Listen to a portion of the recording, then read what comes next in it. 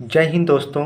आज हम लोग कक्षा 10 की सामाजिक विज्ञान के 6 महत्वपूर्ण प्रश्न देखेंगे जो कि बार बार परीक्षा में पूछे जाते हैं। तो आइए चलते हैं और डिस्कस करते हैं। आज का पहला क्वेश्चन हमारा क्या कह रहा है। देखिए, पहला क्वेश्चन कह रहा है कि फ्रांस की क्रांति के 2 परिणाम बताइए। इंपॉर्टेंट क्वेश्चन है परीक्षा की दृष्टि से, कई बार एग्जाम में पूछे गए हैं ये क्वेश्चन, इसीलिए आज हम इस वीडियो में इन क्वेश्चनों को डिस्कस करेंगे। पहला क्वेश्चन है फ्रांस की क्रांति के 2 परिणाम बताइए। तो लिखिए पहला क्या है उत्तर। पहला नंबर कि फ्रांस से निरंकुश राजतंत्र का अंत हो गया। जो फ्रांस की क्रांति थी उससे निरंकुश राजतंत्र का क्या हो गया, अंत हो गया। क्रांति ने समानता, कामा स्वतंत्रता तथा भ्रातृत्व की भावना का विकास हुआ। भ्रातृत्व मतलब जो भाई प्रेम की भावना है उसका क्या हुआ, विकास हुआ। स्वतंत्रता का मतलब स्वतंत्र से, समानता मतलब कि समान अधिकारों का जो विकास है वह फ्रांस की क्रांति के हुआ।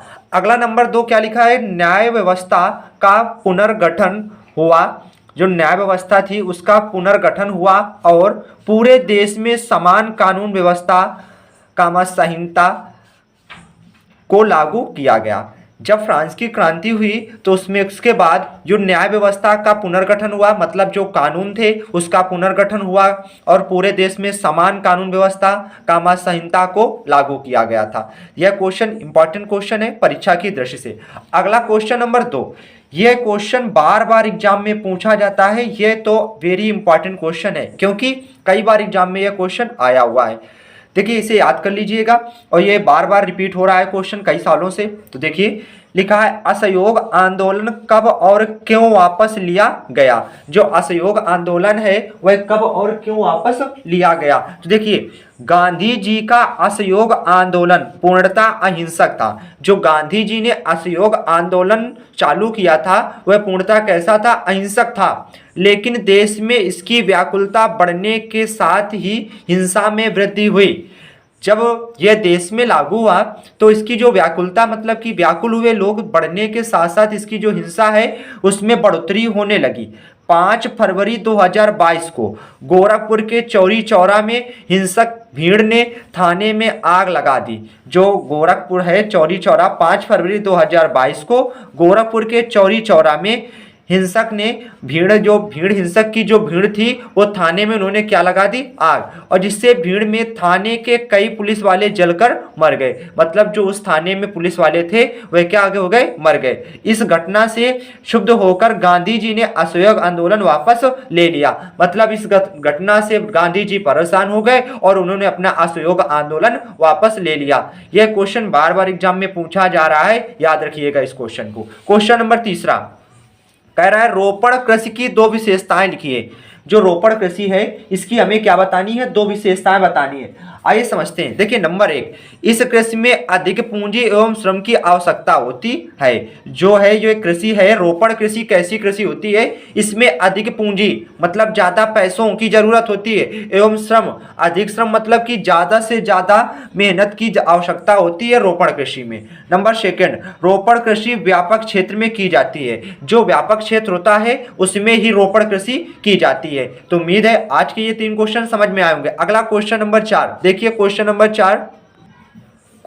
4 है संसाधन नियोजन का क्या अर्थ है। संसाधन नियोजन के किन्हीं 2 स्तरों का उल्लेख कीजिए। देखिए संसाधन जो हम लोग यूज करते हैं डेली की लाइफ में उन्हें संसाधन कहा जाता है। जैसे उत्तर देखिए, संसाधन के उपयुक्त उपयोग हेतु अपनाई जाने वाली तकनीक संसाधन नियोजन कहते हैं। जो हम लोग तकनीक अपनाते हैं रोज डेली तो उसे क्या कहते हैं, संसाधन नियोजन कहते हैं। अब हमें बताना इनके किन्हीं 2 स्तरों का क्या करना था, उल्लेख करना था। तो नंबर 1 है संसाधनों की खोज की तैयारी में हम लोग लगे हैं और अधिक संसाधन की खोज की तैयारी में क्या है, हम लोग लगे हुए हैं। नंबर 2, संसाधनों की उपलब्धता का मूल्यांकन, और जो संसाधन है उनकी उपलब्धता का क्या किया जा रहा है, मूल्यांकन किया जा रहा है। अगला क्वेश्चन नंबर 5 इंपॉर्टेंट क्वेश्चन क्या कह रहा है कि सत्ता की साझेदारी से क्या तात्पर्य है। जो सत्ता की साझेदारी है उससे क्या तात्पर्य है।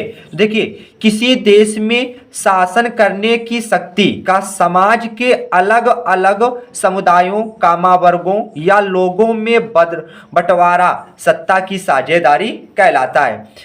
किसी देश के शासन में, मतलब शासन करने की शक्ति का समाज के अलग अलग समुदायों, कामा वर्गों या लोगों में बंटवारे को सत्ता की साझेदारी कहते हैं। इसे ही क्या कहते हैं? सत्ता की साझेदारी। अगला क्वेश्चन, क्वेश्चन नंबर 5, ये पूछा गया है पर बार बार रिपीटेड क्वेश्चन नहीं है ये वाला।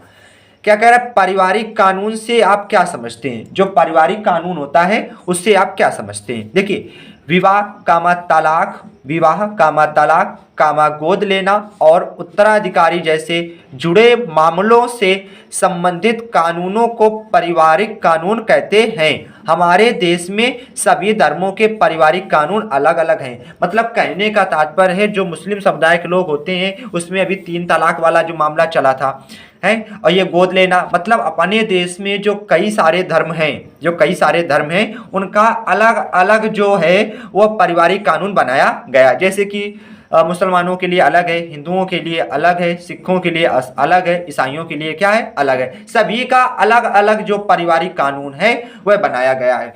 तो क्वेश्चन इंपॉर्टेंट है। आज के 6 क्वेश्चन आप सभी को समझ में आए होंगे।